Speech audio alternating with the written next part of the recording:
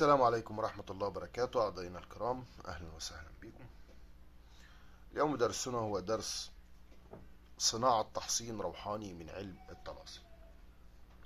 الحقيقة أنا قلت إن أنا أديكوا بدل ما أديك تحصين أقول لك خد التحصين ده من علم ده طلسم تتحصن بيه. لا، أنا حبيت أشرح لكم قاعدة من علم استنباط الطلاسم تقدر من خلالها تصنع أي طريقة أنت عايزها، علوي أو سفلي. بكرر، علوي أو سفلي من نفس الباب. هنا أنا بشرح لك قاعدة علمية طلسمية كاملة مكملة بدون نقص. ندخل في الموضوع مباشرة لأن الموضوع درس ممكن ياخد معانا 10 دقايق 15 دقيقة، ولكن صدقوني ده درس في منتهى الروعة. والقاعدة دي مهما دورت عليها مش هتلاقيها، لأن دي قاعدة من الأسرار. مبدئيا احنا عندنا في التحصين 3 خطوات هنمشي عليهم. ايه هم ال3 خطوات دول؟ الحرفي، اللفظي، العددي.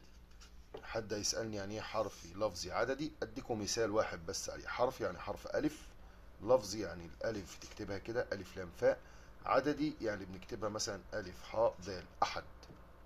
فهمتوا المعنى؟ نبتدي الدرس. احنا هناخد جملة صغيرة جدا على سبيل المثال، نقول فلان، بعد كده نقول مانع، ناخد اسم من اسماء الله مانع، بعد كده ناخد عزرائيل. عزرائيل ده اللي هو بنسميه القبض، للقبض يعني. لو احنا حولناها لحروف هتطلع معانا ايه؟ هتطلع معانا نقول عزرائيل، مانع، فلان.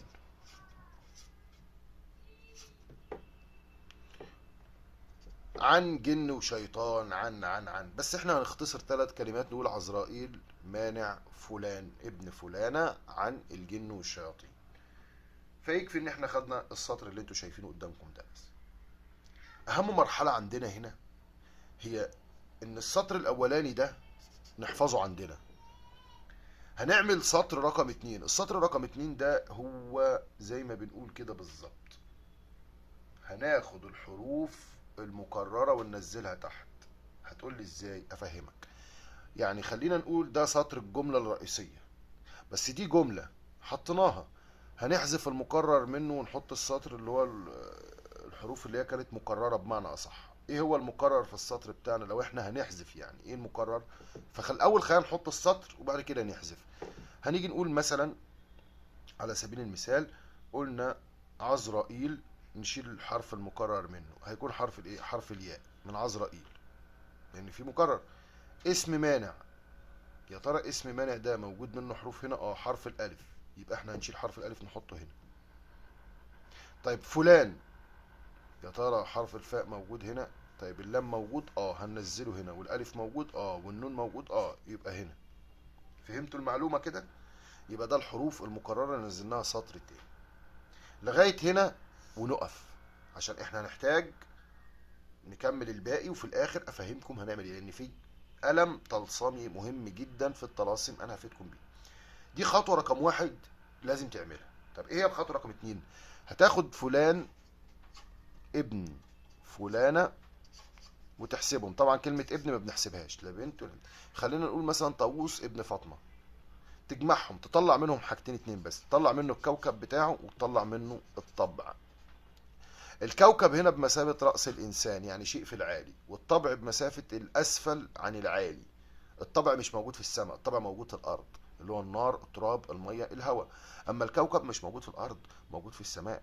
وهنا هيكون ده الرأس وده القدم. ليه قلت رأس وقدم؟ عشان هنحتاجهم دلوقتي، وأقول لك هنحتاجهم في إيه. خليك في الشرح، دقق معايا عشان تصل للمعلومة. أولا، اسم الشخص اللي احنا عايزينه إيه هو؟ فلان. على سبيل المثال اسمه فلان مثلا. شوفوا كده معايا هنعمل ايه في فلان. حرف الفاء هو هكذا صح؟ تسيبه مفتوح. اخر حرف منه ايه؟ ما هو كان الرأس فاء يبقى القدم ايه؟ نون. النون هتعمل النون كده من غير نقطة. تمام.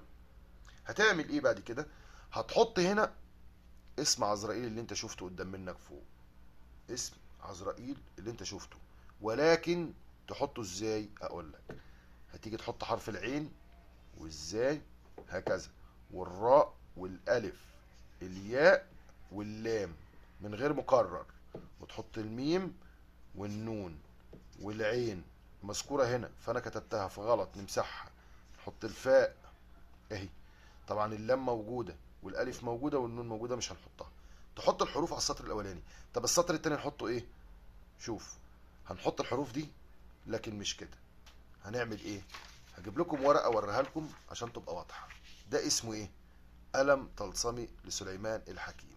بمعنى حرف الياء اهو، لما نيجي نشوف حرف الياء نلاقيه الطلسم ده صح، يبقى هتيجي هنا تعمل الطلسم اللي انت شايفه قدام منك اهو، تعمله كده اهو، بس ده الطلسم حرف الياء.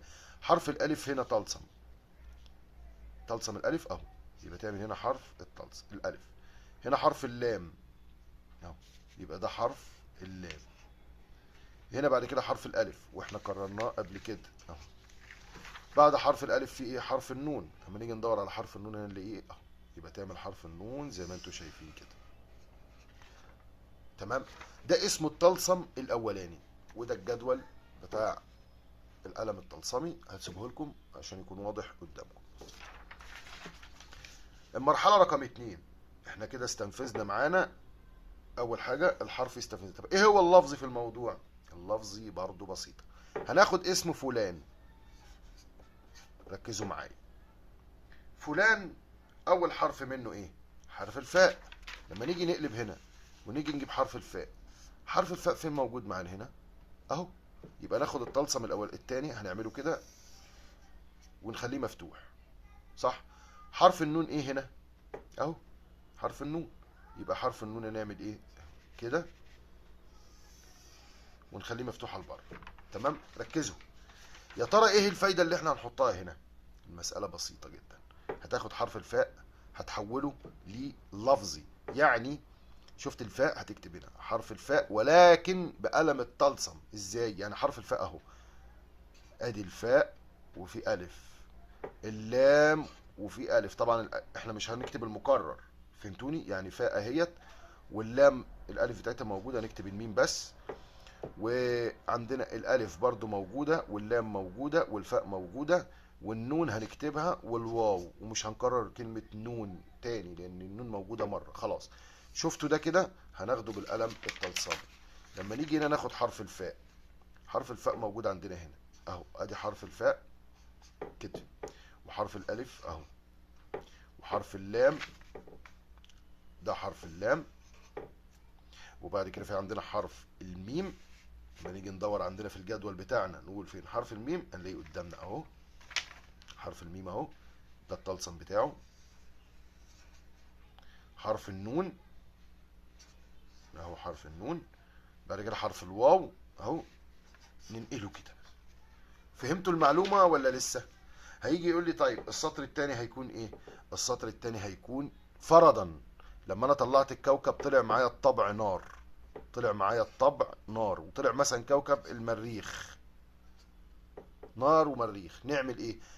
هنعمل حاجة اسمها المزج. يعني ايه المزج؟ هناخد حرف الميم بعد كده حرف النون، بعد كده حرف الراء، بعد كده الف حرف الالف، بعد كده حرف الياء، بعد كده حرف الراء، بعد كده حرف الخاء، هكذا. فيهم مكرر؟ اه فيهم مكرر. حرف الراء تشيله وتحول بقية الحروف لقلم طلسمي وتكتبه هنا، يبقى احنا خلصنا من لفظي. نروح على العددي. العددي ده بتستخرجه منين؟ بتستخرجه من حاجتين، من اسم مانع وعزرائيل، تمزجهم مع بعض وتشيل منهم المكرر، المكرر منهم تشيله بس، وتاخد النوراني منه من قلب الجملة. يعني مثلا خلينا نقول عزرائيل اهو، وبعد كده اسم الله مانع. السؤال هنا ايه الحروف النورانية اللي موجودة هنا؟ يبقى انا لازم اكتب لك الحروف النورانية اللي هي ترك سمعك النصيحة، يعني منسقك حلع يسر. طيب ايه هي الحروف النورانية؟ التقطها. بعد ما التقط الحروف النورانية هعمل نفس الموضوع. اول حاجة احنا عندنا المريخ، المريخ قلنا بمسافة ايه؟ الرأس، يعني الكوكب هو الرأس، ما دام المريخ هو الرأس حرف الميم. اروح للجدول بتاعي، حرف الميم عندي هنا الطلسم ده صح، يبقى انا الطلسم اللي بعد منه وهيبقى ده شكله، وهكتب فوق منه الحروف الايه اللي انت شايفينها بتاعت ايه؟ الحروف النورانية اللي انا استخرجتها من هنا، احولها لطلسم واكتبها على الطلسم ده من فوق. طيب القدم هو الطبع، والطبع بتاعي طلع نار، يبقى حرف النون. فين حرف النون؟ اهو ده الطلسم بتاعه، يبقى انا بكتبه تحت منه هنا كده زي ما انتم شايفين. الداخل اللي هكتبه على الطلسم ده هي الحروف السواقط اللي اتبقت من هنا. ازاي؟ يعني انا كتبت عزرائيل مانع، لما اخد الحروف النورانيه يبقى حرف الميم والالف والنون والعين، ده فهمتوني، وحرف الراء وحرف اللام وحرف الياء، دول نوراني. ايه الحروف الظلماني او ايه الحروف الغير مكرره بقى والظلماني؟ اخدها، هنلاقي حرف الالف هيطلع معانا مكرر، وحرف العين مكرر. طيب والظلماني حرف الزي مكرر، هاخد الثلاث حروف دول واحطهم هنا بقلم طلسم. ان خلصت كل اللي انا هعمله زي ما انت موضح قدام منك.